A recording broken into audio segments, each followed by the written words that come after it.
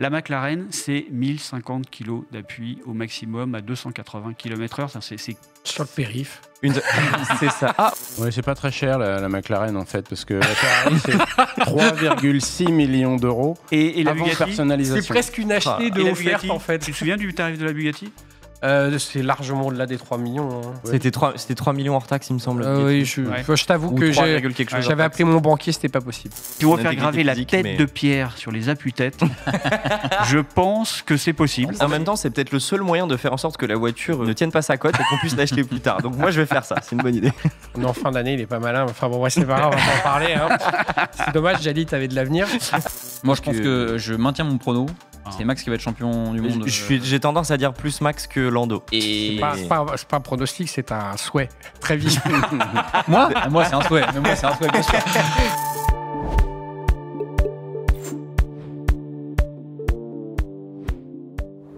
Bonjour à tous, bienvenue sur l'Automobile Magazine. Bienvenue pour notre deuxième épisode du talk show de la M, l'émission où on vous emmène avec nous, comme si vous étiez au sein de la rédaction, pour participer un peu à nos débats et toutes les discussions qu'on peut avoir entre nous sur les nouveautés automobiles. Bon, comme d'habitude, je suis accompagné de mes collègues. Pierre Lefebvre, qui est rédacteur en chef adjoint. Rédacteur en chef adjoint, ça n'existe pas. Bref, de l'Automobile Magazine. Monsieur Christophe Congrégat, essayeur émérite. Deuxième essayeur émérite de l'Automobile Magazine. Plus Monsieur- émérite. Plus émérite. Ah bah je vous laisse vous battre entre Plus longtemps. Gaël Brianceau.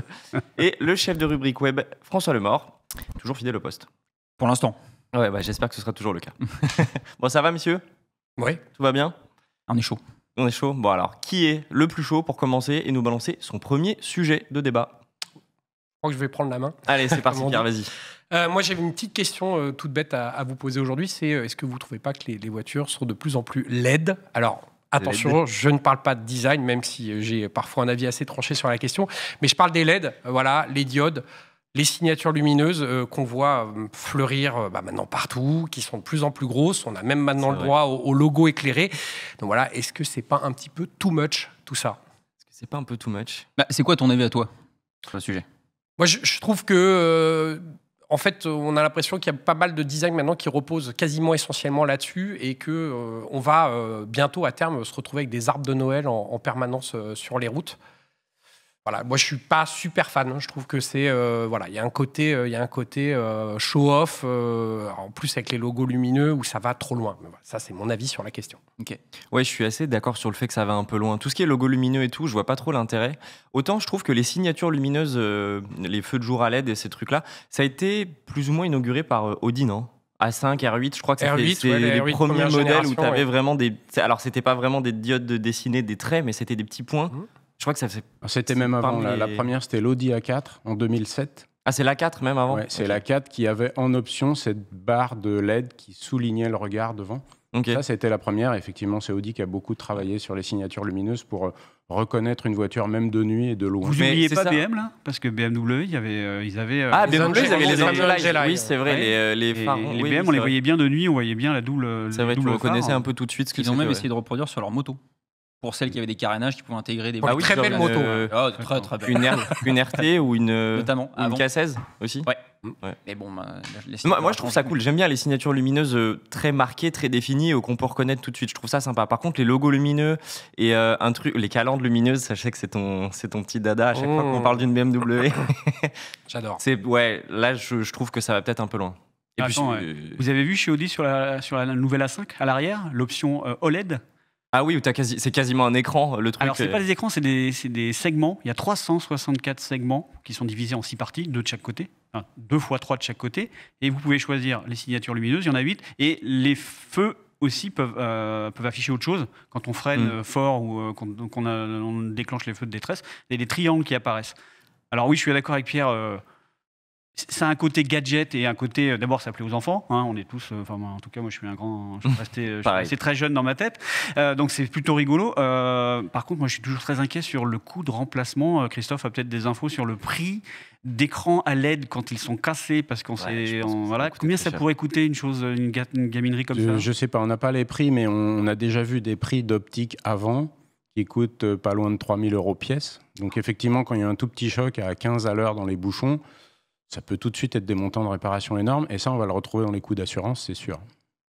Ouais, forcément. Après, il y a quand même un enjeu pour les constructeurs Je trouve que c'est cool de pouvoir reconnaître une voiture de loin.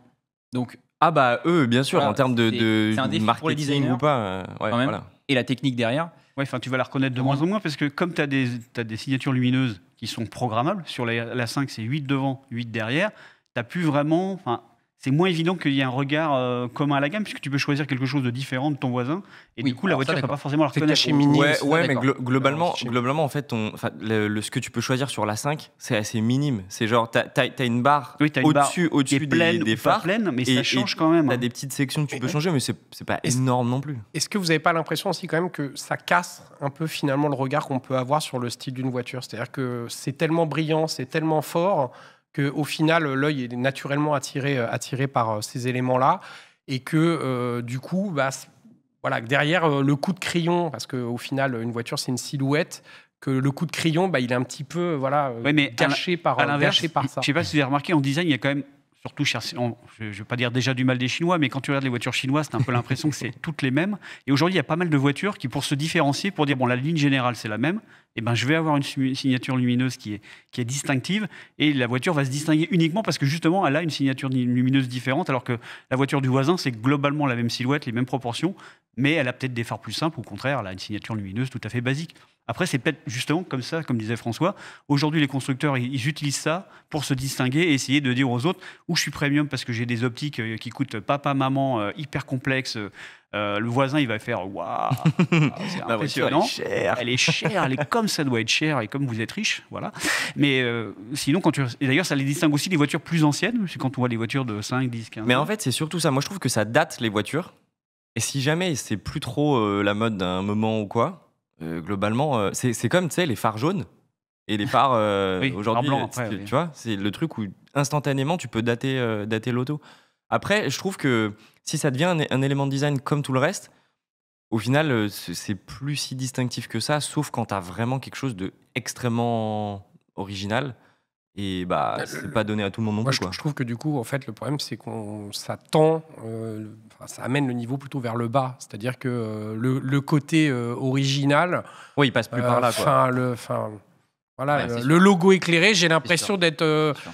C'est un petit peu comme quand tu es dans une avenue en ville, en plein hiver, il fait nuit, et tu as une espèce de pollution lumineuse, et en fait, tu finis par ne plus distinguer C'est vrai. des choses et d'autres. La possibilité de laisser peut-être au propriétaire de la voiture de choisir sa signature, je trouve que c'est un peu facile en fait.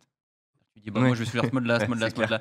Du coup, c'est-à-dire que le constructeur dit, moi je t'offre en gros ton cadre, après tu choisis ce que tu mets ce que tu veux dedans. Alors que le défi, selon moi, justement avec à l'ère des LED, c'est de se dire, il va falloir qu'on dessine quelque chose qui soit reconnaissable, différent, techniquement possible, et ce serait normalement un défi de designer. Mais si tu mets juste le cadre et que tu dis aux gens, après débrouille-toi, il y a un côté un peu, Ouais, c'est allez, pas assez recherché Nous, ça, c'est fait. pour que ce soit. Ouais. après débrouillez-vous quoi. Non, ça fait un jeu pour les enfants la nuit, ça peut être sympa, mais s'il y en a 8 ou 10 ou 15 possibles, on va être perdu, on va pas y arriver. Là. L'avantage pour les enfants, c'est que c'est Noël toute l'année, du coup. C'est ça qui Voilà.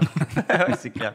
Mais ouais, c'est vrai qu'il y a le côté sympa la nuit d'essayer de reconnaître de loin. Mais du coup, avec un logo éclairé, ça marche plus.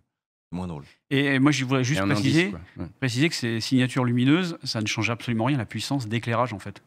Ah Parce oui, que oui, absolument. la Ça, pour puissance le coup, d'éclairage est réglementée. C'est du style. Donc c'est uniquement. C'est vraiment et- du style, vraiment mais du c'est style, pas. Même les logos éclairés ou les dimensions, voilà, entre ce qui se passe sur les côtés de la voiture, le logo éclairé, tout ça est réglementé aussi, parce que peut-être que sinon, si on les laissait faire, Le on se logo, retrouverait qu'un logo de 60 cm de diamètre. Ou... la taille du logo à réglementer, c'est 100 cm maxi. Ok. Sinon, on aurait des logos de camions.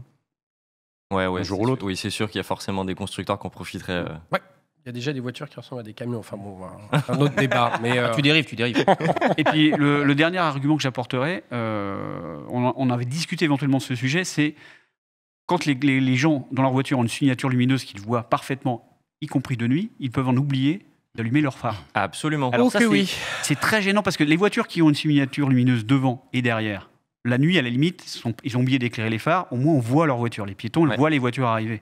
Mais par contre, de nuit, quelqu'un qui a une signature lumineuse uniquement devant, Derrière, tu vois pas. Ouais, derrière, c'est tu sûr. vois pas. Et ça, D'ailleurs, c'est un vrai problème de sécurité. Un des premiers problèmes avec ça, c'était sur, si je dis pas de bêtises, la première génération de C3, qui était une des premières voitures peu chères et accessibles et vendues en masse, qui avait un écran digital dedans qui était allumé tout le temps.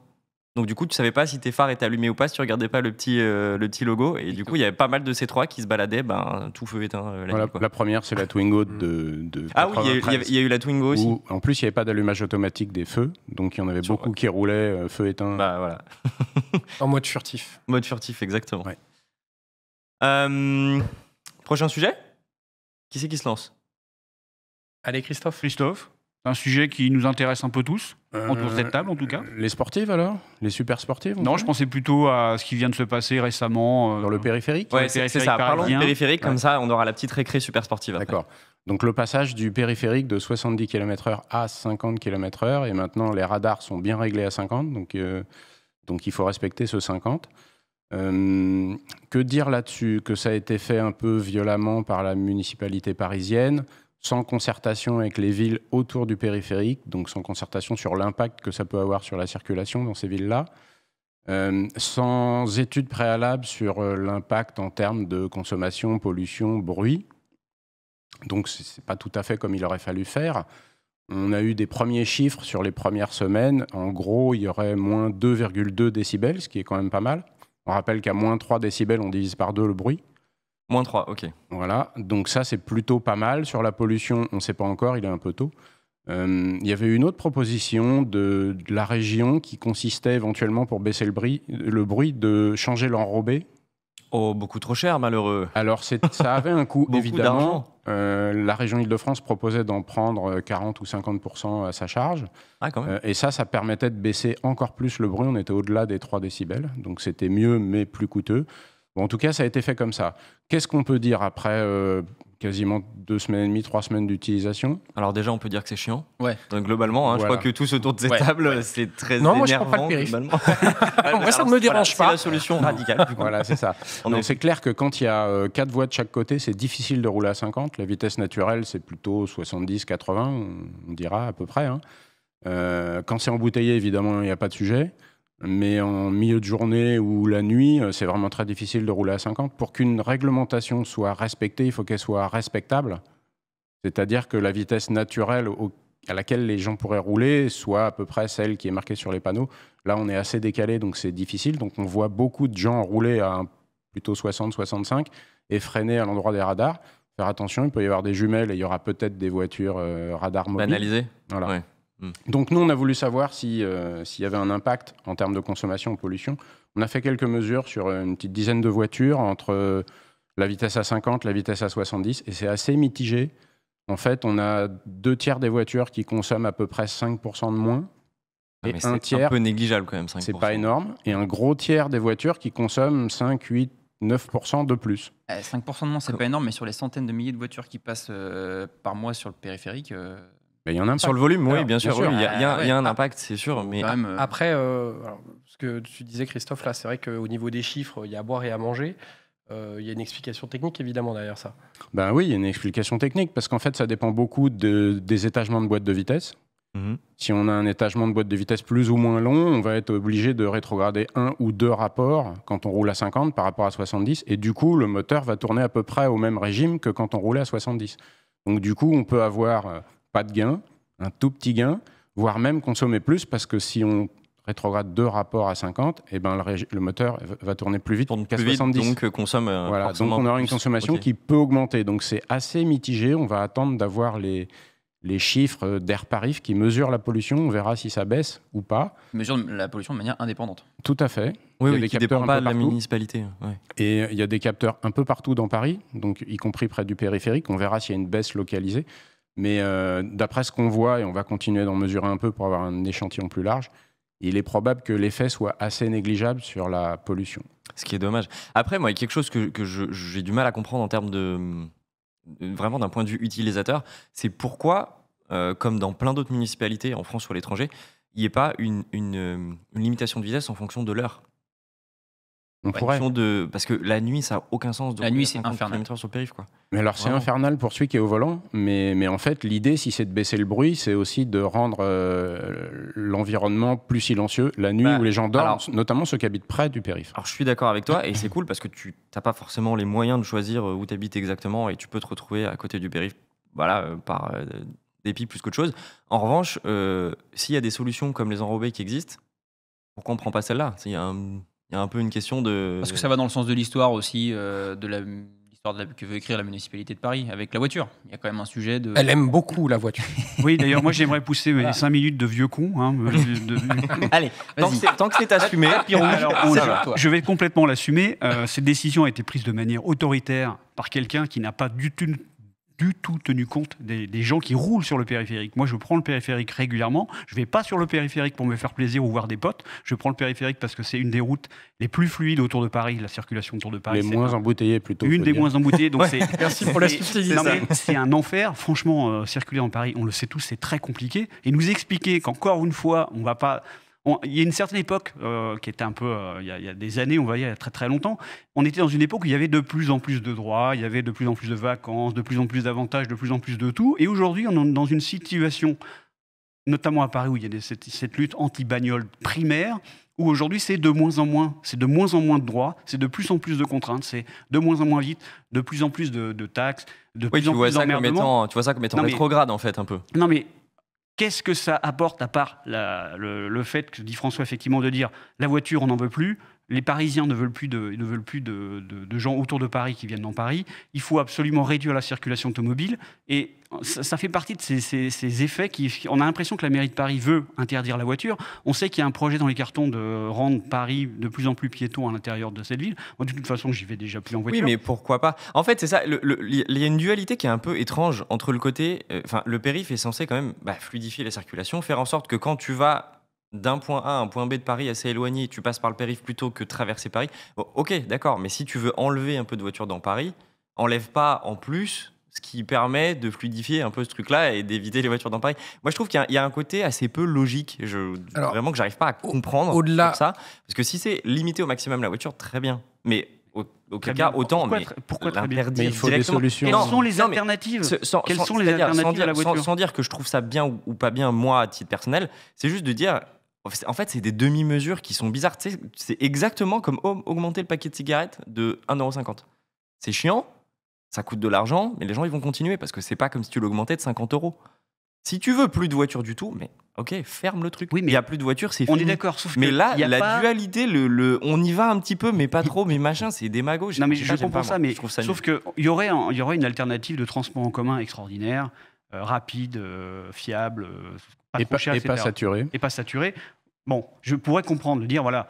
Pourquoi vous prenez encore votre voiture? Il y a des alternatives beaucoup plus écolo, beaucoup plus machin. Mais sauf que les transports en commun, c'est saturé. Moi, pour venir en métro, pour venir en transport en commun, j'habite à Issy-les-Moulineaux pour venir à Levallois, je mets régulièrement 1h15, voire plus, dès qu'il y a un problème dans le métro, ce qui arrive régulièrement. Oui, très régulièrement. En voiture, c'est entre 30 minutes et 45 minutes. Alors, c'est déjà beaucoup pour faire 11 km. Mais l'alternative n'est pas viable. On m'a suggéré aussi que je pouvais venir en vélo. Alors, le vélo, il faut ne pas avoir peur déjà. Pour avoir pour un faire vélo, du vélo il faut dans avoir déjà, il faut avoir un local pour stocker son vélo chez soi. En Je plus. n'en ai pas, je ne peux pas le mettre à la cave. Ensuite, circuler à Paris en vélo, c'est un petit peu dangereux. Je sais pas, je l'ai déjà fait une ou deux fois. C'est un petit peu chaud. Donc, il n'y a pas d'alternative, en fait. Alors, les gens qui prennent le périph' sont sur le périph' par obligation. Juste un truc.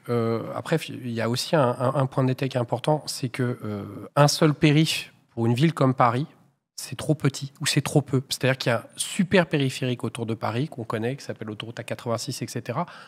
Première chose, déjà, le cercle n'est pas achevé, puisque de toutes les façons, il y a des jonctions, notamment au niveau de l'ouest de Paris, où il y a un tunnel à péage où les motards ne peuvent pas passer, les camions ne peuvent pas passer. Donc le contournement de Paris est quasi impossible ou trop coûteux.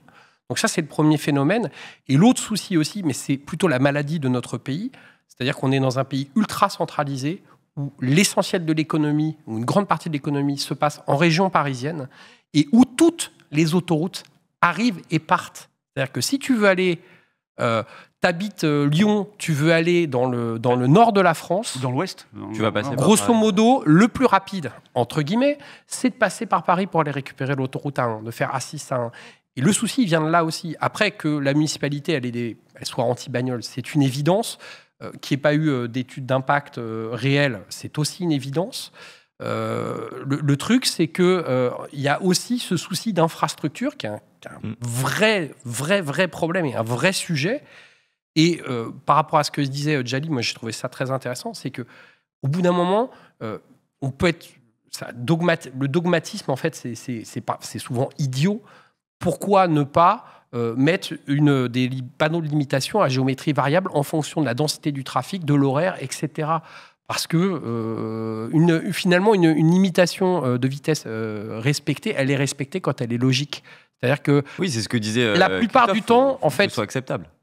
pour les gens qui habitent dans des grandes villes, parce qu'il n'y a pas que Paris, on peut parler de Lyon, on peut parler de grandes villes comme ça, souvent, en fait, il y a une limitation, mais on ne l'atteint même pas, parce qu'il y a trop de circulation et que c'est trop compliqué.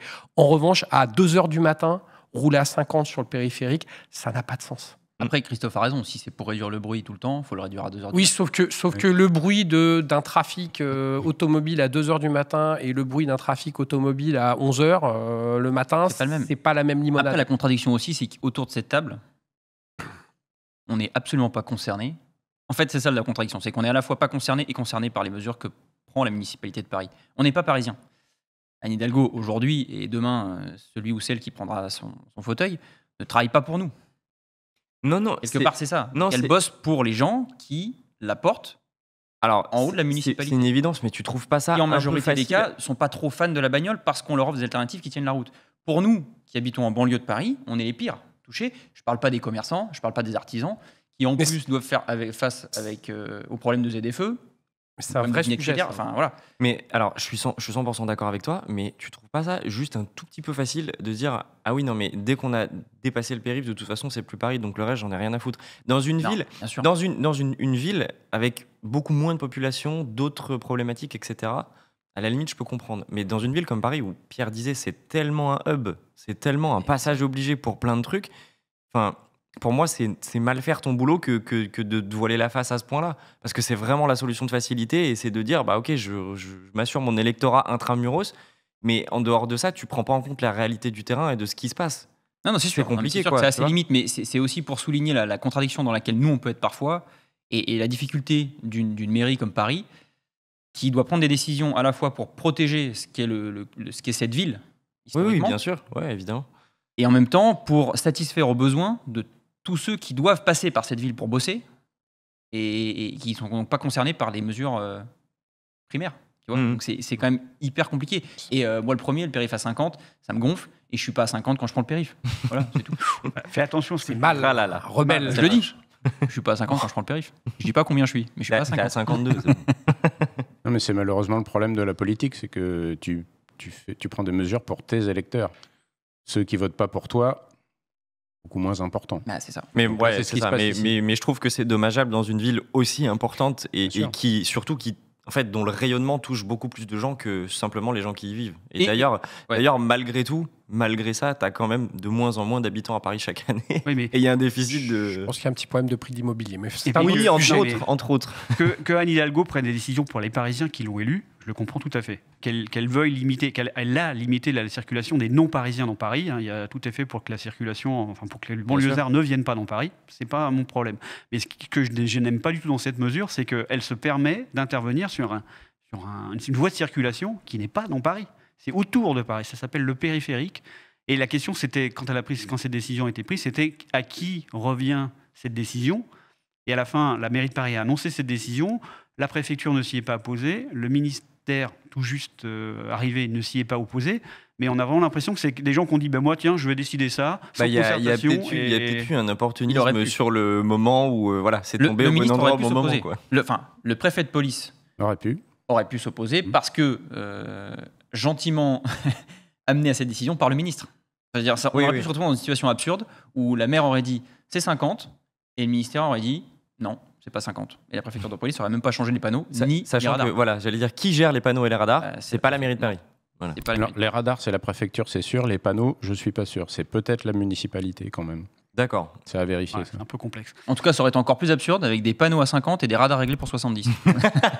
Voilà. Ça aurait été Mais trop bon, à la fin, tout le monde s'est rangé derrière. ça aurait été, ça aurait été un. Mais tout le monde, à la fin, joli tout le monde s'est bordel. rangé derrière la décision et voilà, il n'y a plus de débat. Et je suis quand même bluffé, moi, par. Tu disais tout à l'heure qu'il y a pas mal de gens qui roulent au-dessus. Je suis pas trop d'accord. Enfin, pour le prendre régulièrement, voire tous les jours depuis la décision, je trouve que les gens se sont quand même bien adaptés et respectent le truc. Quoi. Ouais, c'est vrai que. Ouais. Bah, Le flux non, est oui. vraiment moins rapide qu'avant. On prend Voie- pas tout à voie fait de- à la même heure. Non, voie je de suis gauche, d'accord, c'est moins rapide qu'avant. C'est étonnant. Mais de gauche, ça c'est roule pas encore. 50. Il y en Non, a beaucoup qui roulent peut-être. plutôt à 60. En tout cas, je et pensais qu'il y aurait 48. plus de gens qui resteraient au-dessus en disant bon, je sais où sont les radars. Ouais, enfin bon, après, quand c'est toi qui payes et tes points, bon. Il n'y a, voilà. pas Non, eu non, quel- bien sûr, bien sûr. il y a pas eu quelques actions contre cette décision. Il n'y a pas eu. C'est définitif, c'est gravé Ouais, dans le marbre, ça- c'est ça a plié, pas c'est fait- mort. ça a pas Des fait- recours. S'il y en a eu, ça n'a pas fait beaucoup Recours. de bruit. Hein. Non, mais ils y a pas eu de doivent blocage se de revoir périph'. dans un an. Ils doivent Ouais. faire un bilan des mesures de bruit et de Dans un an, pollution. Ah bah, écoute, on verra bien dans un an. hein. Ouais. Bon, en attendant, si on roule au-dessus de 50 km/h, il y a un truc que tu as découvert qui t'a fait plaisir, toi. Voilà, pour se remonter un petit peu le moral. Bon, certains vont dire que ça sert à rien, et je suis d'accord avec eux. Mais moi, j'ai eu la chance d'aller découvrir la dernière McLaren W1 à Woking. Et quelques semaines après, Christophe, lui, est allé voir la nouvelle Ferrari F80. F80, oui. Et donc, on est dans les. C'est de Dans l'hypercar. la voiture pour rouler à 50. Les voitures, on est dans les voitures grand public, Voilà, où tout on le n'est monde pas peut du tout dans la s'acheter. voiture grand public, mais on est quand même dans le domaine encore du plaisir automobile, du rêve automobile. On est dans des marques qui sont là pour proposer des produits d'exception. Et là, et la W1, c'est un produit totalement exceptionnel. Je ne sais pas si vous vous rappelez de la première supercar McLaren, c'était Ah, la F1. McLaren F1 avec moteur incroyable. BMW, incroyable. Ça, c'était en 93, si je ne dis pas de bêtises, oui, j'ai pris mes petites notes. Meilleure année possible. 20 ans plus tard, il y a eu la P1, donc une hypercar hybride, donc un monstre, plein de chevaux. Et puis aujourd'hui, en 2024, donc quasiment 10 ans après, eh ben, on sort la W1. Et alors, pour vous expliquer un peu ce que c'est que le bébé, bah, c'est une voiture qui est hybride, mais l'obsession numéro 1 de McLaren, c'est de faire des voitures légères. Et la voiture annonce 1399 kg à sec, hein, donc en vrai, donc à sec, ça veut dire sans fluide, donc avec l'essence, de l'huile, l'eau, etc. 25, quoi. On va être autour d'une tonne 5, mais dans une tonne 5, vous avez un nouveau moteur V8 4 litres qui développe 928 chevaux. Et puis comme c'était un poil juste, bah, il y a un petit moteur électrique qui développe, que je ne dise pas de bêtises, qui développe 347 chevaux. Donc au final, la voiture, elle annonce 1275 chevaux et 1340 Nm de couple. Alors oui, je sais, c'est complètement débile. Mais ce qui est sympa, Légèrement, ouais. oui, c'est complètement, vous voyez, légèrement. Mais ce qui est sympa, c'est qu'on connaît McLaren. On a déjà tous autour de cette table conduit des voitures de cette marque. Ils savent faire. Et on sait que McLaren, c'est des Formule 1, mais il y a aussi des mecs qui savent faire des voitures de route. Et ça fait plaisir à voir. Et ça fait plaisir parce qu'ils ont mis tout ce qu'ils savaient faire dans cette voiture. Une aéro de malade mental. Hein. On parle d'appui aérodynamique. Hein. On sait que l'aérodynamique d'une voiture de course, je crois une voiture du Mans, c'est autour de 3 tonnes, hein, si je ne dis pas de Un peu bêtises. plus, même, ouais. Peut-être un peu plus. La McLaren, c'est 1050 kg d'appui au maximum à 280 km/h. Ça, c'est Sur le périph. C'est ça. Ah, on pourrait peut-être tenter, on va essayer de demander à la municipalité, on va Oui, tenter un c'est record une de riche périph idée. avec une W1 et une F80. Ça me paraît pareil, pas la mal. 80. Donc c'est Un record officiel. Dès qu'on s'intéresse à cette voiture, la suspension, c'est une suspension active incroyable. L'aéro, ils ont bossé avec l'équipe de Formule 1 qui est venue leur dire bah, attendez, on peut faire ça, ça, ça. Ils nous ont même confié que comme la réglementation F1 est limitée, eux, ils sont allés au-delà de ce que permet. Mais souvent, La sur Formule 1. les voitures de route, si on reprend Ferrari par exemple, tu sais, au Mans, ils ont la 499P. Leur voiture, leur hypercar du Mans. Il y a une version de route, non, une version de circuit, mais achetable par les clients qui peuvent utiliser sur circuit, qui est la 499P Modificata, et qui est plus puissante et qui va plus vite, en fait, bien amenée, que la voiture du Mans, parce qu'il n'y a pas toutes les restrictions du championnat. Donc c'est assez souvent qu'il y a des choses Voilà, comme ça donc, sur les supercars. L'engin est extraordinaire. Hein, pour ceux qui aiment conduire, McLaren a décidé de conserver une direction à assistance hydraulique. Hydraulique. Alors ça, c'est une rareté Ça, pour le coup. c'est Il y en a quasiment plus extraordinaire. aujourd'hui, je crois. hein. Non, parce que comme l'obligation, c'est d'avoir les aides à la conduite, il faut avoir une aide au maintien dans la voie. Et pour avoir une aide au maintien dans la voie, il faut un moteur électrique qui prend le pas sur le conducteur, qui vous recentre dans la voie. C'est ça. Donc, c'est des directions assistance électrique. Quand on fait ça de façon hydraulique, il n'y a pas d'action. Donc ça veut dire que comment ça se passe pour cette McLaren-là? Ça veut dire qu'elle en est pas équipée? Non, il n'y a pas ça, mais ils ont le droit, puisque la réglementation dit que si tu fais moins de 1500 modèles par an pour l'Europe, tu n'es pas obligé d'avoir ces aides. Ah, d'accord, ok. Donc en gros, ils utilisent un peu la petite zone grise. Non, elle est pas grise, elle est blanche, c'est autorisé. C'est-à-dire que écrit. pour une fois, c'est une décision européenne qui a un peu du sens. Voilà. Oui, voilà, c'est ça. C'est que pour les Ok, voitures c'est de des voitures de grand toute public, petite série. ouais. Bon, on n'est pas obligé de leur implémenter des normes. D'ailleurs, oui, en parlant de petite série, c'est 300. J'ai essayé de vérifier, je ne suis pas complètement sûr du chiffre, je n'ai pas retrouvé la bonne page, mais je pense que c'est 399 exemplaires. Et alors, ce n'est pas la peine de préparer votre chéquier ou d'aller demander un rendez-vous à la banque, hein, puisque les 399 bons de commande sont déjà pris. Oh, bah, Au oui. prix de. Alors, oui, au prix de c'est ce qui m'intéressait, moi. Parce que c'est là, en fait, où le sujet Le- va devenir très intéressant. Alors, le tarif en Angleterre, la voiture est proposée à 2 millions de livres, taxes comprises, hors personnalisation, parce que vous savez que dans toutes les marques un peu huppées, personne choisit la même voiture, vous choisissez Il y a la la couleur peinture de tout. métal au moins ou pas Il y a des peintures à $1000, Et il y a pour des le détails dans tous les coup, sens. McLaren ont un service qui s'appelle MSO pour McLaren Special Opération et où on peut faire à peu près n'importe quoi. Voilà. Il y a peu de limites si ce n'est Si on veut faire respecter graver, la forme de la Voilà. voiture et si on son veut faire intégrité graver la physique, tête mais de Pierre sur les appuis-têtes, je pense que c'est possible. En C'est- même temps, c'est peut-être le seul moyen de faire en sorte que la voiture chute drastiquement, ça ne tienne pas sa cote et qu'on puisse l'acheter plus tard. Donc moi, je vais faire ça. C'est une bonne idée. On est en fin d'année, il est pas malin. Enfin bon, ouais, c'est pas grave, on va pas en parler. Hein. C'est dommage, Jali, t'avais de l'avenir. Non, alors, moi, au-delà de toute cette avalanche de chiffres, Mais j'en ai d'autres après. ouais, Pour la F80. je sais que tu vas parler de cette F80. Il y a un truc, c'est que est-ce que c'est pas trop en fait tout ça? Ouais, si, c'est- Je parle pas. Alors, c'est dans le sens où on a l'impression que alors ça a toujours été un vecteur de rêve, de vente, voilà, de ces autos spéculation aussi. qui sont au-delà de la voiture de sport. Faut quand même le rappeler, c'est-à-dire que là, on parle vraiment de pièces extrêmement rares en termes de production, de démonstration technologique et tout. Mais il y a un moment, cette espèce de course à l'échalote permanente. Et moi, j'ai 50 chevaux de plus que toi. Et moi, mon moteur, il a ceci. Au bout d'un moment, est-ce que c'est vraiment ça le rêve Non, mais il faut quand même penser aux riches, parce qu'on ne pense pas assez souvent. Il n'y en a pas autour de cette alors, aux table. très très riches. Alors, il n'y en a pas autour Déjà. de cette table, sauf s'il y a des secrets que vous voudriez avouer. Mais à faut moi, quand il y même aurait des penser- signes. il faut penser aux ultra riches qui ont des sous à c'était le dépenser, cas, ils il y ne aurait savent pas des quoi en faire. Et la voiture, et c'est d'ailleurs pour ça d'ailleurs que si on s'intéresse un peu à la voiture, qu'on essaie d'acheter une voiture d'occasion un peu sympa, on se rend compte que les prix ont explosé ces dernières années. Les gens veulent investir, et un investissement qui est un des plus sympas, c'est d'acheter une voiture.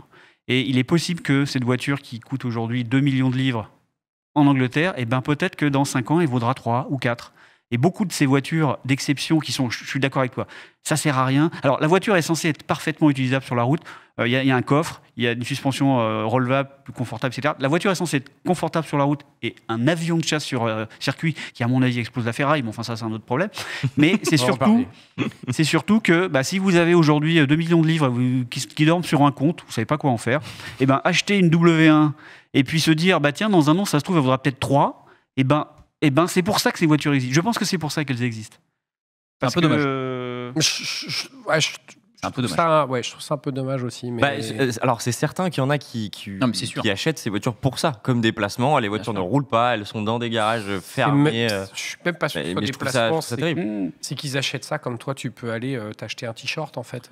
Oui, T'as mais alors, une clientèle, 2 millions d'euros, c'est une poignée de cacahuètes en fait. je pense que Par c'est- rapport à je ce qu'ils peuvent avoir c'est par c'est ailleurs. une autre typologie de client, mais il y a aussi des gens qui achètent ça juste parce que c'est des placements, point barre.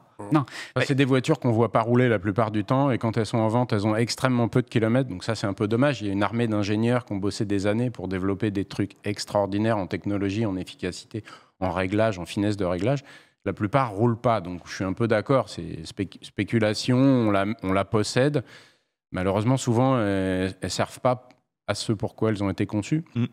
On est Ça d'accord, fait mais rêver des gens qui ont les moyens de se les payer, et ils ont raison de se les payer.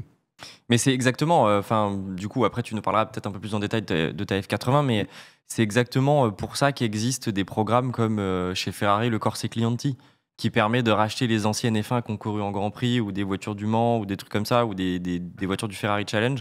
Où, voilà, c'est le plaisir de posséder un objet absolument exceptionnel qui a été fait pour une frange ultra minoritaire de la population mondiale, que 3 personnes ont touché dans leur vie, et de dire ok, j'ai pu avoir accès à ce truc là. Non, c'est vrai. Après c'est un délire mégalo, hein, mais celles-là, elles servent, les Corsa Clienti, parce que c'est Elles- des F1.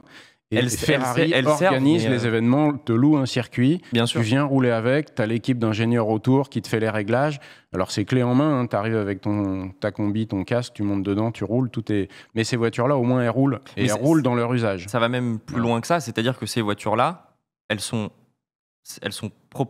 propriété des clients qui les ont achetées, mais elles sont conservées par Ferrari, Oui. entretenues par Ferrari, mises à disposition par Ferrari sur les circuits, et les clients ne peuvent pas rouler avec quand ils veulent. Bien Donc sûr. en plus, c'est dépenser des millions pour acheter ça, plus derrière dépenser quelques centaines de milliers d'euros par an pour tous ces événements-là et pouvoir rouler avec les voitures. Ouais, ils peuvent quand même rouler quand ils veulent, s'ils payent. Ça dépend lesquels. Sur les programmes Corse et Clienti, il y a certaines voitures, les GT et les Ferrari Challenge, c'est possible. Les plus gros, c'est les F1 et les hypercars. C'est possible que sur des événements Ferrari. Oui, bien sûr, c'est organisé par Ferrari, mais moi, je suis allé les voir, les voitures, j'ai des photos, on pourrait les montrer, c'est hallucinant la collection. Ah bah oui. Mais en fait, les responsables disent, si le client nous dit je veux rouler sur tel circuit, on va lui trouver une date, on réserve le circuit, on l'emmène, il paye. Mais c'est ça, mais via la marque. Voilà. C'est pas toi de ton côté qui fait ton track day. Oui, parce que de toute façon, ces voitures, il faut 4 ingénieurs pour les démarrer. Ouais, voilà. Donc tu peux pas dire tiens, je la prends, je démarre, je tourne la clé. Ça marche pas. Il faut un ingénieur transmission, un ingénieur moteur, un ingénieur châssis. Donc, Bon, ta petite TF80 là, qui a pas l'air très jolie hein, en photo, je sais pas ce que ça donne en vrai. c'est les goûts et les couleurs, ça. Ça a l'air correct comme voiture ou En fait, ça a l'air assez correct. C'est une voiture qui utilise un mélange de technologie F1 et de la voiture du championnat du monde d'endurance. La partie arrière ressemble pas mal. Blasé, François. Blasé. Ouais. Non, c'est pas mal parce que la partie arrière, elle ressemble quand même beaucoup à la 499P qui a gagné les deux derniers 24 heures du Mans. Et en fait, on a une technologie qui est très proche de la F1. Donc le V6, c'est à peu près... Attends, moi j'ai un V8. Hein. Ben oui, mais attends, j'ai pas tout dit. Le V6, il dérive globalement de celui de la 296. Donc c'est un V6 3 litres, biturbo. Mais il y a des turbos comme en F1, c'est-à-dire qu'ils sont à assistance électrique. Pour aucun temps de réponse, c'est ça? Zéro temps de réponse, et surtout, comme il n'y a pas de temps de réponse, on peut mettre des turbos plus gros. Donc ce 3 litres fait 900 chevaux. On est sur un record un record de puissance spécifique. Le rendement. Oui, mais 28 chevaux de moins que le 4 litres de la McLaren. Je pense qu'on sent vraiment la différence. 28 chevaux, c'est hyper important. Je pense que ça ira. Il y a aussi un KERS, un vrai KERS, c'est-à-dire que le moteur électrique n'est pas dans la boîte de vitesse, il est associé au vilebrequin comme en Formule 1. Et donc, avec les deux moteurs avant, parce que c'est une 4 roues motrices, contrairement à la W1, qui est seulement La W1, elle reste propulsion? C'est une propulsion. Okay. Là, on a deux moteurs électriques devant, et donc on fait du torque vectoring pour aider la voiture à tourner, parce que la conséquence de ces deux moteurs, c'est qu'elle est quand même un peu plus lourde que la McLaren. C'est-à-dire 1525 kg à sec. Okay, donc un gros 126 kg de plus à sec annoncé, quoi. Voilà. Donc il y a une petite différence. Mais l'avantage des 4 roues motrices, c'est que cette voiture, elle passe de 0 à 100 en 2 secondes 15, c'est-à-dire en gros comme les Formule 1. Au total, puissance électrique et moteur thermique, on est à 1200 chevaux. Bon, après, moi, je fais pareil avec ma Tesla, mais bon. Voilà. Bon, alors je voudrais quand même remettre Tesla. la voiture au centre du village, hein. L'expression un peu biscornue, mais 2 secondes 15, c'est pas mal. C'est mieux 2 qu'à secondes 7, McLaren. la W1. Mais un gros écart. La W1, 0 à 200, c'est 5 secondes 7. Ouais. Et 0 à 300, annoncé en 12 secondes 7. Je trouve ça fascinant qu'aujourd'hui, on a tellement accès à mais notamment par la démocratisation des voitures électriques qui peuvent accélérer très fort, mais qu'aujourd'hui, des 0 à 100, c'est plus tant un benchmark que ça. Et pour ces voitures-là, c'est des 0 à 200, des 0 à 300. Voire, pour les Bugatti et compagnie, c'est des 0, 400, 0. Et ça, je trouve ça incroyable, de faire une accel et un freinage qui fait ça jusqu'à 400 quand même, quoi. Personne ne le fait en fait, hein. C'est juste une fiche technique qui fait rêver, parce qu'évidemment, on ne peut pas faire même un 0 à 300, c'est extrêmement compliqué. Ah bah, c'est sûr. Parce que 300, on peut y rouler sur autoroute allemande, mais on ne part pas de zéro. Hein. Si on s'arrête sur l'autoroute allemande, ça va être compliqué. Ouais, il faut partir du nerf, quoi. Ouais, mais du nerf, il faut s'insérer et tout. Ah, c'est absolument pas parfait. Le niveau d'exploitation de voitures comme ça, déjà sur route, est quasi improbable. Et même sur circuit. Enfin, c'est globalement aller toucher aux limites de voitures comme ça. Et de niveau de perf comme ça. Et de Vmax, parce qu'il faut la trouver, la ligne droite où tu vas mettre au fond. Hein. C'est compliqué d'avoir le lieu où tu peux exploiter ça, en fait. En dehors de... Bon, au-dessus d'une certaine vitesse, il faut quand même de sacrées notions pour savoir ce que tu fais et pas mettre la voiture dans le mur. Mais il y a quand même juste l'endroit où tu peux exploiter ça c'est fou, quoi. Juste un truc, Christophe, par rapport à cette Ferrari, est-ce que tu trouves pas quand même dommage que le moteur emblématique de Ferrari, qui est en l'occurrence un V12, il n'ait pas été reconduit sur cette F80? Et est-ce que tu leur as posé la question justement parce que depuis, alors il n'y a pas eu que des V12 hein, sur leur supercar ou hypercar. Enfin bon, à chaque fois j'ai du mal à trouver le bon terme, mais bon, il y a une petite rupture quand même là. Oui, bien sûr. Non, mais ça, ils l'assument complètement. Ils disent que, en fait, en Formule 1, c'est des V6, en WEC, c'est des 6 cylindres.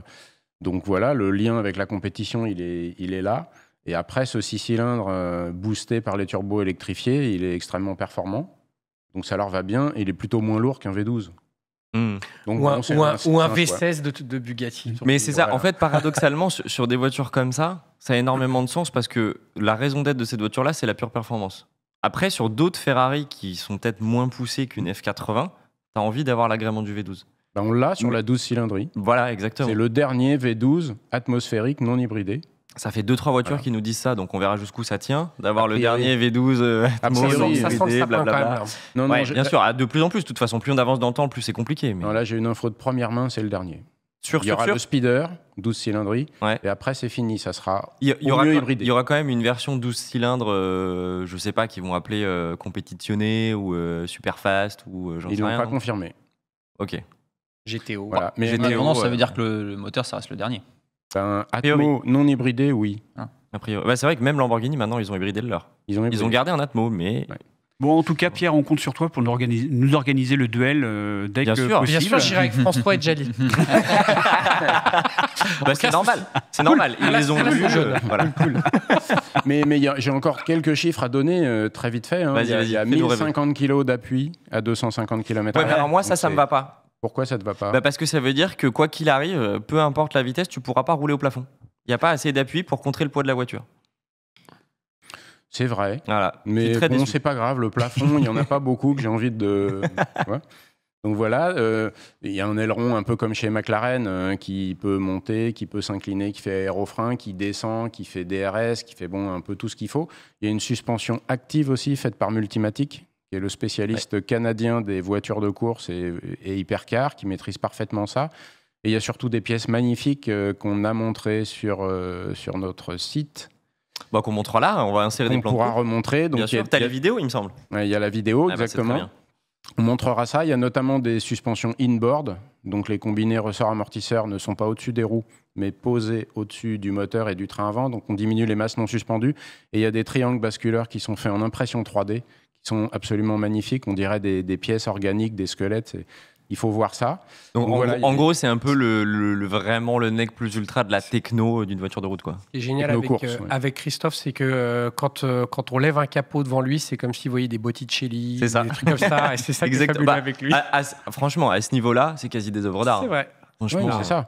Parce qu'elles vont pas beaucoup rouler en plus. Donc, Non, c'est sûr. donc Moi, on ce va que- vous montrer ça, oui. Ce que je trouve assez marrant et assez rigolo avec cette catégorie de voitures, etc., c'est qu'aujourd'hui, je pense que quand on prend tout ce qui existe en termes de supercars, on en a rarement eu autant que si tu prends tous les constructeurs qui existent, Ferrari, McLaren, Porsche, ils n'ont pas d'hypercar encore. Ça pourrait peut-être arriver Ça avec aurait une tardé. version de la Ça 919. pourrait.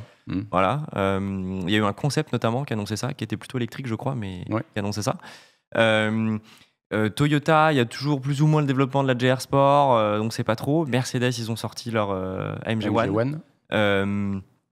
Qu'est-ce qu'on a d'autre? Pagani, ils sortent toujours des trucs de dingue. Koenigsegg sort toujours des trucs de dingue. Zenvo, Danemark Rimac. sort des trucs de Puis il y a de l'électrique. aussi. Rimac, bien sûr. Bah, Lotus, après, la tentative de l'électrique, Lotus je crois que avec c'est un les petit peu Vailla. plus compliqué de Mais de ce convaincre que les je trouve ça clients, dingue, mais- c'est qu'en fait, aujourd'hui, quand on a énormément d'argent, la disponibilité de ce genre de voiture qui a pas de sens, comme on disait tout à l'heure, elle est dingue, en fait. Oui, mais là, c'est parce que tu le regardes avec notre spectre français. Le monde, c'est pas la France. La France, c'est pas le monde. Et il y a plein de marchés encore sur la planète où tu peux un peu ou beaucoup utiliser ces voitures. Bien sûr. Non, mais Et puis, c'était pas négatif du tout non, de ma non, part. mais- Je trouve ça très, très cool. Il Mais, y a effectivement un énorme contraste entre le fait qu'il y ait des voitures, de plus en plus de voitures incroyables Ouais. à acheter, bon, avec un gros portefeuille.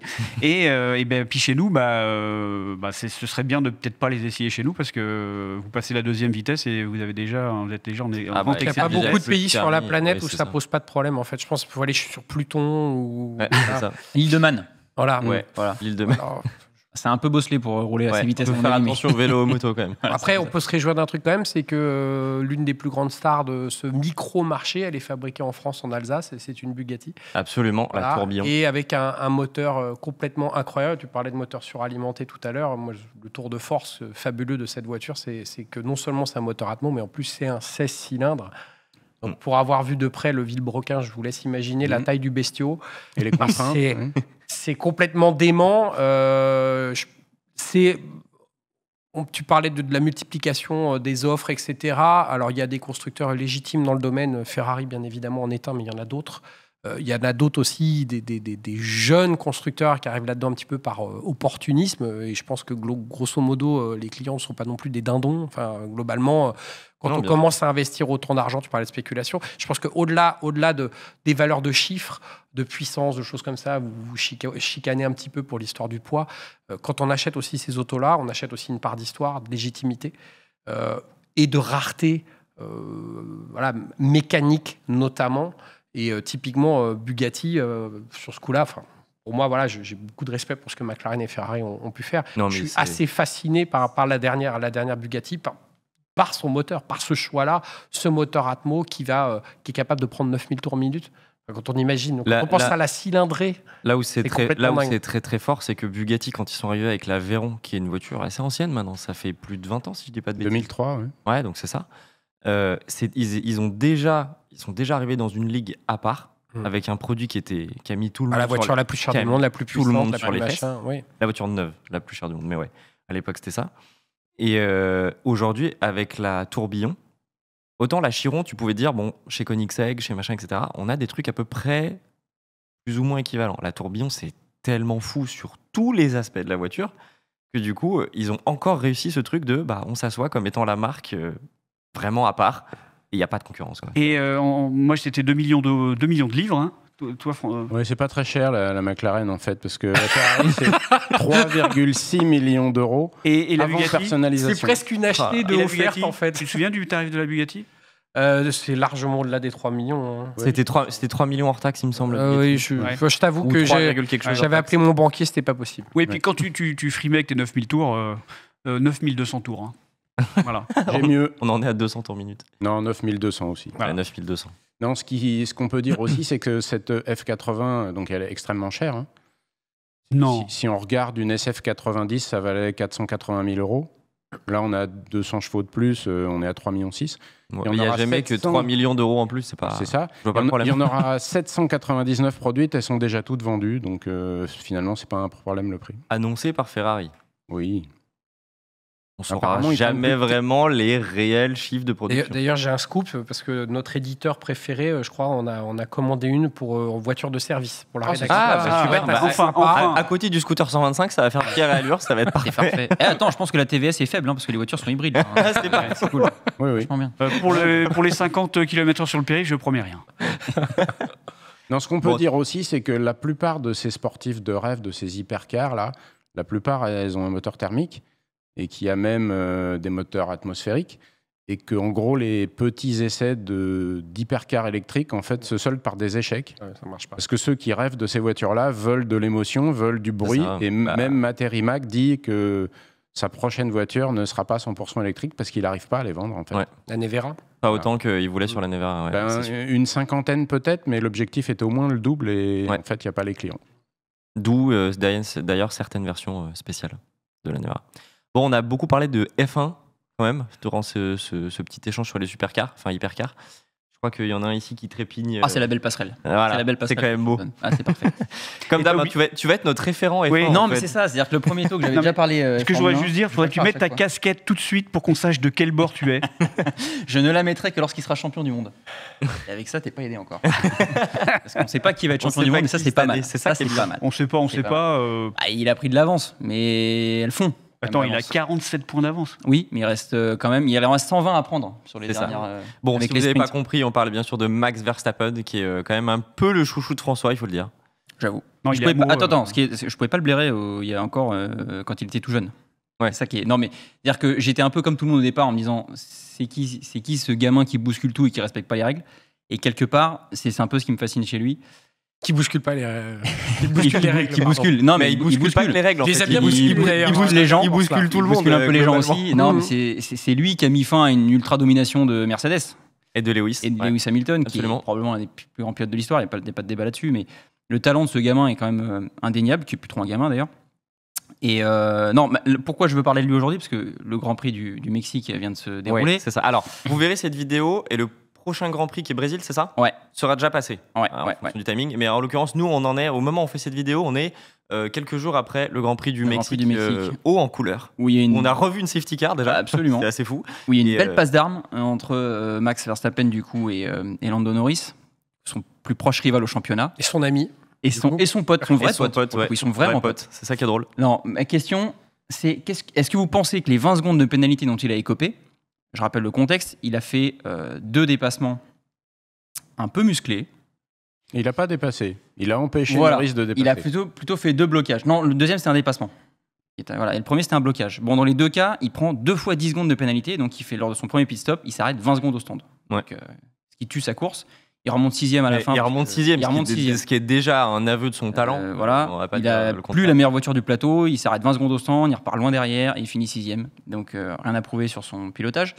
Mais il écope quand même de 2 fois 10 secondes. Alors que la semaine d'avant, à Austin, il avait fait un blocage un peu pareil sur un dépassement de Norris. Il prend pas de pénalité. Est-ce que vous pensez que les 20 secondes de pénalité qu'il prend là sont méritées? Alors, moi, je dirais oui, parce que pour une raison très simple. D'abord, il s'est pas plaint du tout d'avoir pris une pénalité. Il a fermé Alors, sa gueule. c'est vrai que je m'attendais tellement à avoir la radio où il allait gueuler en disant c'est n'importe quoi, vérifier, machin, nanana. Il a juste dit ah ouais, c'est pas mal.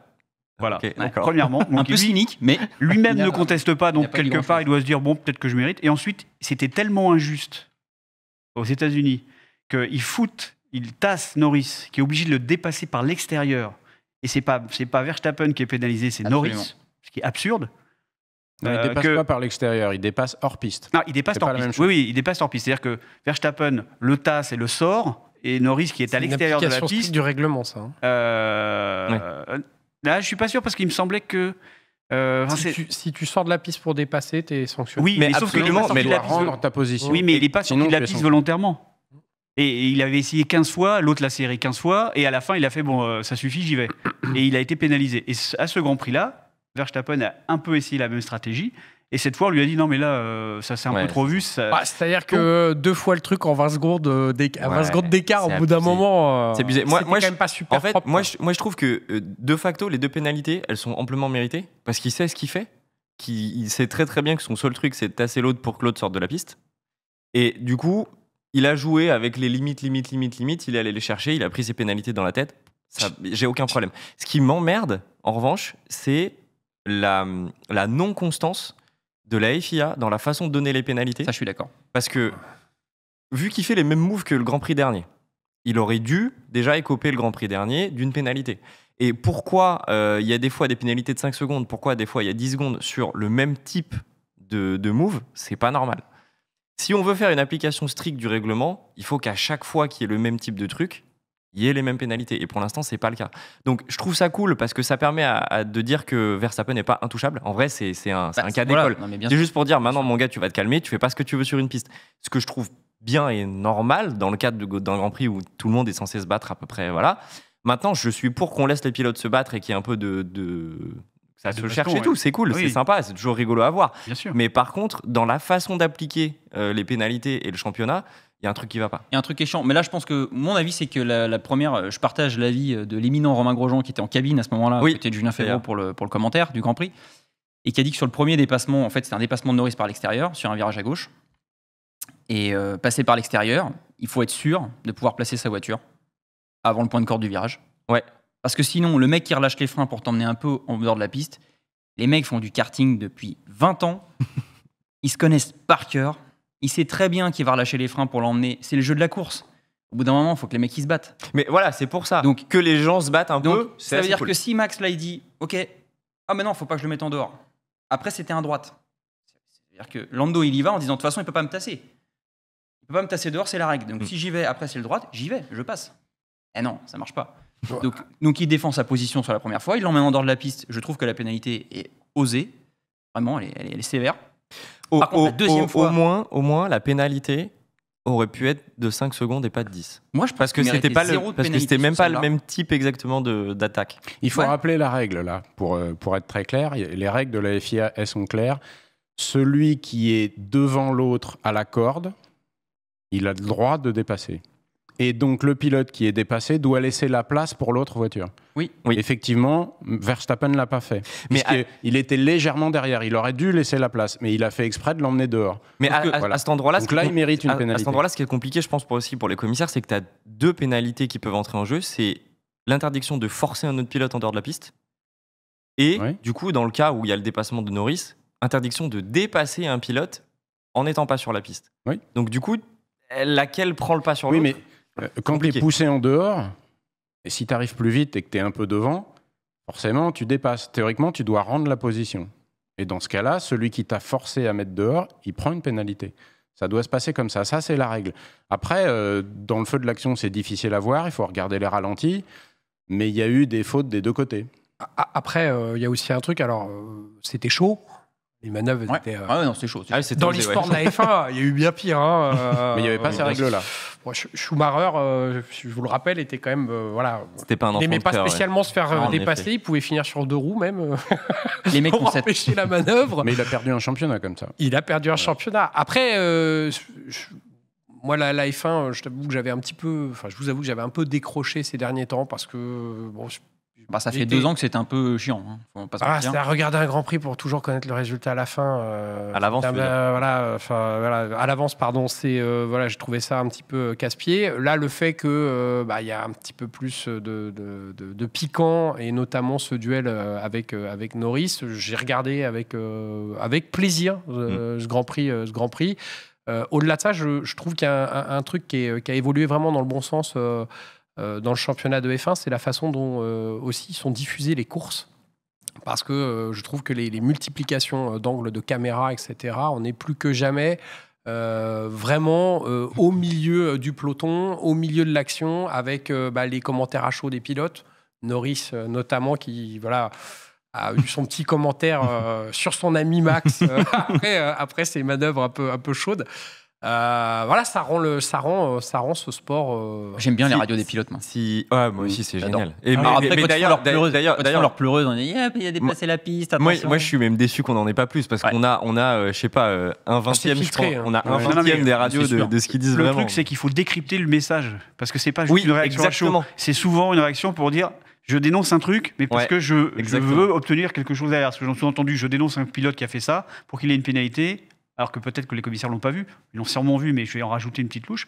Et puis pour que moi, qui suis derrière, essaye d'avoir un avantage. Non, mais justement, c'est En fait, vachement. ce qui est c'est drôle, vachement c'est que réfléchi, leur, maintenant, ça fait partie de la stratégie de course. Bien sûr. Il n'y a pas que les arrêts au stand, des trucs et tout à gérer, il y a aussi tout ce truc-là et les messages radio qui vraiment, parfois ont des influences, quoi. Ce qu'on D'ailleurs- entend plus, c'est les teams principales discuter avec la FIA. Oui. Parfois, on avait, il y a encore Mais, 2 ans. mais par 3 contre, ans. t'entends toujours les pilotes dire checker et regarder Ah ouais, avec ouais, les ouais, commissaires, etc. Ouais. De dire aux gens qui sont sur le banc derrière, il y a un truc à regarder, quoi. Ah, c'est sûr. Un petit mot quand même aussi sur le vainqueur de ce Grand Prix, parce que mine de ouais. rien, Quelle course Oh ouais. Oh là là. Sainz, incroyable. il fait quand même Monstrueux. un festival en sachant qu'il est Monstrueux. quand même remercié à la fin de la saison. Là, il Il va fait sa meilleure partir. saison chez Mais Ferrari. Il fait sa meilleure saison, sauf qu'on l'a poussé vers la sortie pour laisser son baquet à Hamilton. Et donc, je trouve que voilà, bravo pour le panache Ah, mais du totalement. garçon. Et puis, c'est lui qui est en train de mettre Ferrari sur les rails pour potentiellement un titre constructeur, quand même. Il y a match. Ouais. Donc, Il y a match. donc c'est Fin de très- saison, pas de c'est très- piquante. c'est Non, très, mais très fort. ni le titre pilote ni le titre ouais. constructeur ne sont acquis. Ouais, c'est Et clair. d'ailleurs, Ça, un c'est- petit pronostic, parce que Ah, avant la pause, McLaren était là. Ouais. Et depuis, les Ferrari ont quand même gagné 2 courses. Les McLaren sont pas très loin, mais les circonstances, on sait pas trop. Moi, je pense que le titre, mon prono sur le titre constructeur, c'est pas Red Bull. Ah bah, C'est. Ils sont passés 3e Ouais, non, au ils sont championnat. troisième. donc c'est- là, c'est je râpé, pense ouais. qu'ils reviennent Puis, pas. Pérez, Et Pérez, il est il arrive complètement pas à Red Bull, monter, donc malheureusement, ça, il n'y a qu'un c'est sûr. pilote. voilà. Et franchement, je vois bien Ferrari. Par contre, en pilote, j'ai vraiment du mal. Moi, je Parce pense que- que je maintiens mon prono. Ah. C'est Max qui va être champion du monde. J'ai tendance à dire plus Max que Lando. Et C'est pas un pronostic, c'est un souhait. Très vite. moi, c'est un souhait. Mais moi, c'est un souhait, bien sûr. Bien sûr. En toute objectivité. On va maquiller ça sous un pronostic. Non, Je parce pense que que- Max va garder sa couronne et je pense que McLaren va gagner le titre constructeur. Par contre, je pense qu'on est sur la dernière année où il y a eu domination de Max à ce point sur un Ah championnat. oui, c'est plié. Je pense qu'après. Il Mais a d'ailleurs- désormais la 5e voiture du plateau. Hein. Devant Oui, lui, c'est il y a 2 McLaren. Les 2 McLaren sont meilleurs et les 2 Ferrari sont meilleurs que les Red Bull. Ouais. Donc il a la 5e caisse du plateau. Il arrive à faire une qualif là incroyable pour partir P2. Il goal d'ailleurs Sainz au départ. Ouais. Il prend, il Absolument. fait l'inter sur le. Enfin, même pas, il ne fait même pas l'inter. Il le passe dans cette immense ligne droite après le départ, avant d'arriver le premier virage sur la droite. Et à la fin, sa voiture a passé de rythme. Il fait 2 conneries. Enfin, il fait une connerie. Et du coup pénalisé. Et il remonte quand même à la 6e place. Alors qu'il a pas du tout la meilleure voiture. Alors, C'est- la 6e question- place, mais très loin des autres quand même. Il est loin des autres. Ouais, ouais, loin il y des a- autres, il y a bien une sûr, seconde. loin Oui, des mais autres. est-ce que tu as fait le calcul? Parce qu'il reste 4 courses. Il a la 5e voiture du plateau. Est-ce qu'en finissant 5e, les 4 dernières courses, c'est tranquille, Non. ça y est, je Ah suis non, champion du non, monde. non. Je crois. ça Non. pas. Non. Norris doit lui reprendre 11 points par course pour être champion. Là, il en a repris 10. Dans un scénario assez foireux pour Max. C'est pour ça que je pense que si Max, il fait entre 2 et 4 sur les derniers Grands Prix. Il faut que Norris gagne à chaque fois, quasiment. Et que Max soit pas plus de 4. Enfin, tu vois, c'est. Ouais. Je Et, pense que ça va être et du coup, compliqué. avec des perfs comme Sainz ou Leclerc, faut pas l'exclure parce Voilà. qu'il est totalement capable de gagner des courses aussi. Et je suis pas sûr que. Ça devient complexe, Je suis ouais. pas sûr que Lando puisse, malheureusement. Je suis pas sûr que Max regagne des courses avant la fin. Non, mais il y a un phénomène qui va changer aussi, c'est que là, il a pris 2 fois 10 secondes. Alors, à mon avis, c'est un peu trop. Il aurait pu prendre que 2 fois 5 secondes ou 1 fois 10 secondes. Mais ça va modifier sa façon de défendre. On va voir. Et bah, Parce oui, qu'il a été interrogé au micro après. Il a dit est-ce que ça va changer. mais il est obligé. On lui a dit est-ce que ça va changer votre façon de défendre. Il a dit ça changera pas. Non, mais ça, c'est Mais l'ego s'il qui fait ça, parle. ça veut dire qu'il va C'est reprendre pour des ça 10 qu'on va secondes. voir. Est-ce C'est que l'ego qui parle. Non, mais ou est-ce il va que- reprendre des 10 secondes, donc ça va le pénaliser. Donc au bout d'un moment, si tu joues le championnat, Non, mais c'est sûr, c'est sûr. il Ouais. faut réfléchir à la moins mauvaise solution. Et là, alors sur le Grand Prix, on verra ce que ça va donner ce Grand Prix du Brésil, parce qu'encore une fois, on aura diffusé cette vidéo après le Grand Prix du Brésil, mais on sait déjà qu'il va partir avec une pénalité. Devrait partir avec une pénalité, enfin 5 places de pénalité, parce qu'il va changer de moteur Mm. pour les dernières courses. Mais en tout cas, je suis très content qu'il ait mangé 20 secondes. Ça contredit ce que je disais avant, mais pourquoi? Parce que tous ceux qui disent qu'il est favorisé par la FIA, Ah bah c'est non, faux. non, ouais, voilà, ça prouve que il n'y là. a pas de, non, non, il y a c'est pas de sûr. favoritisme pour ce C'est mec-là. Il est toujours à la limite, il a toujours été, et c'est ce qui fait le piquant de ce type, Mm. qui par ailleurs, en dehors de son baquet, est beaucoup moins hargneux que, Après, moi, que dans un baquet. la fois où le titre se joue avec Hamilton, c'était le premier titre de Max. Son premier, ouais, Ouais. son premier. 2021. Pour moi, il y a petite faveur de la FIA. Gentil, hein. Gentil, mais il y a Je dirais pas une faveur, je C'était pas dirais une une faveur. erreur de la Une FIA erreur. Oui, qui ou l'a erreur. favorisé. erreur. Ouais, oui, oui, oui. Non, mais Alors, jusqu'à présent, voilà, ils étaient dans assez ce sens-là. cléments avec lui pour ses défenses un peu musclées, un peu limite. Il fallait qu'il finisse par le sanctionner un moment parce que Oui, en sinon, fait, c'est ça. c'était pas Ça a- cohérent avec ça a valeur l'esprit de la d'image. course. Ouais, ce que je trouve con, c'est Il fallait le faire. de dire, ok, t'as fait à Austin, c'était pas bien, t'as rien pris. Ouais. Bon bah là, tu vas manger pour Austin avant. Ils auraient dû le Oui, mais pénaliser. c'est Ouais, ouais, c'est c'est pas- pas voilà. logique, c'est pas logique. C'est pas normal. Bon, en tout cas, juste pour clore un petit peu, et là où c'est très très cool, et je rejoins Pierre, la F1 redevient super intéressante, c'est même si tu regardes les performances des petits nouveaux, entre guillemets, là, qui viennent d'arriver, Ouais. c'est dément. Ouais, Franchement, ouais, ce que fait Lawson et Colapinto, Colapinto, ouais. ils sont Parce super que- solides, alors Bah, que les gars, je sais ils pas n'ont pas l'expérience de beaucoup de gens du plateau. Je pense que Sergio Perez est pas super serein. Ouais. Ouais, en C'est effet. la, Je sais c'est pas la si professionnalisation de ce sport qui fait qu'ils sont très affûtés. Déjà, quand Bien ils sûr. montent dans un baquet de F1 pour la première fois, en fait, ils ont déjà conduit des F1 sur simulateur. Ils ont fait En vrai, Ouais. aussi aux essais libres. voilà, aux essais libres. Et surtout, c'est des gamins, à partir du moment où on détecte leur talent, c'est un peu comme un jeune footballeur En foot, ouais, bien professionnel en devenir. Les gamins à 10, 12 ans, on sent tout de suite qu'il y a un énorme potentiel, on mise dessus. Et là, ils sont conditionnés de A jusqu'à Z pour arriver au Graal. Certains y arrivent, d'autres pas. Mais pour ceux qui y parviennent, en tout cas, globalement, ce sont plus du tout des rookies avec l'image du gamin qui va faire connerie sur connerie une fois qu'il est sur la piste. Parce Non, qu'ils non, disent c'est tous clair. quand même, Mais- c'est qu'il y a un monde d'écart entre la F2 et la F1. Quoi. Ah bah, En ça, c'est performance, obligé. en aéro, tout ça. C'est Donc obligé. c'est quand même remarquable ce qu'ils arrivent à faire. C'est ça. Et puis il y a un côté quand même, mine de rien, et c'est drôle parce que c'est un truc que tu as entendu ces derniers temps avec les jeunes pilotes qui arrivent et qui roulent avec Hamilton et Alonso. Ils sont là depuis longtemps. Et ils disent, putain, mais c'est des mecs, moi quand j'étais petit, j'étais fan, je faisais des photos avec eux, etc. Aujourd'hui, c'est des concurrents et on roule sur la piste. Je pense que quand tu es tout jeune, tu arrives dans une écurie et qu'on place des espoirs en toi et que tu roules face à des gens comme ça, à mon avis, tu fais pas le malin non plus, quoi, tu vois. Mais les petits nouveaux étaient même pas nés quand Alonso roulait. Hein. Et en plus, voilà. Mais ça, c'est Il y en a lunaire. certains qui étaient pas nés. C'est lunaire. Alors lui, il fait vraiment pour le coup, il tire. 43 ans. Comme toi, quand Christophe il a commencé à travailler, t'étais pas né, tu Voilà. vois. C'est à peu près ça.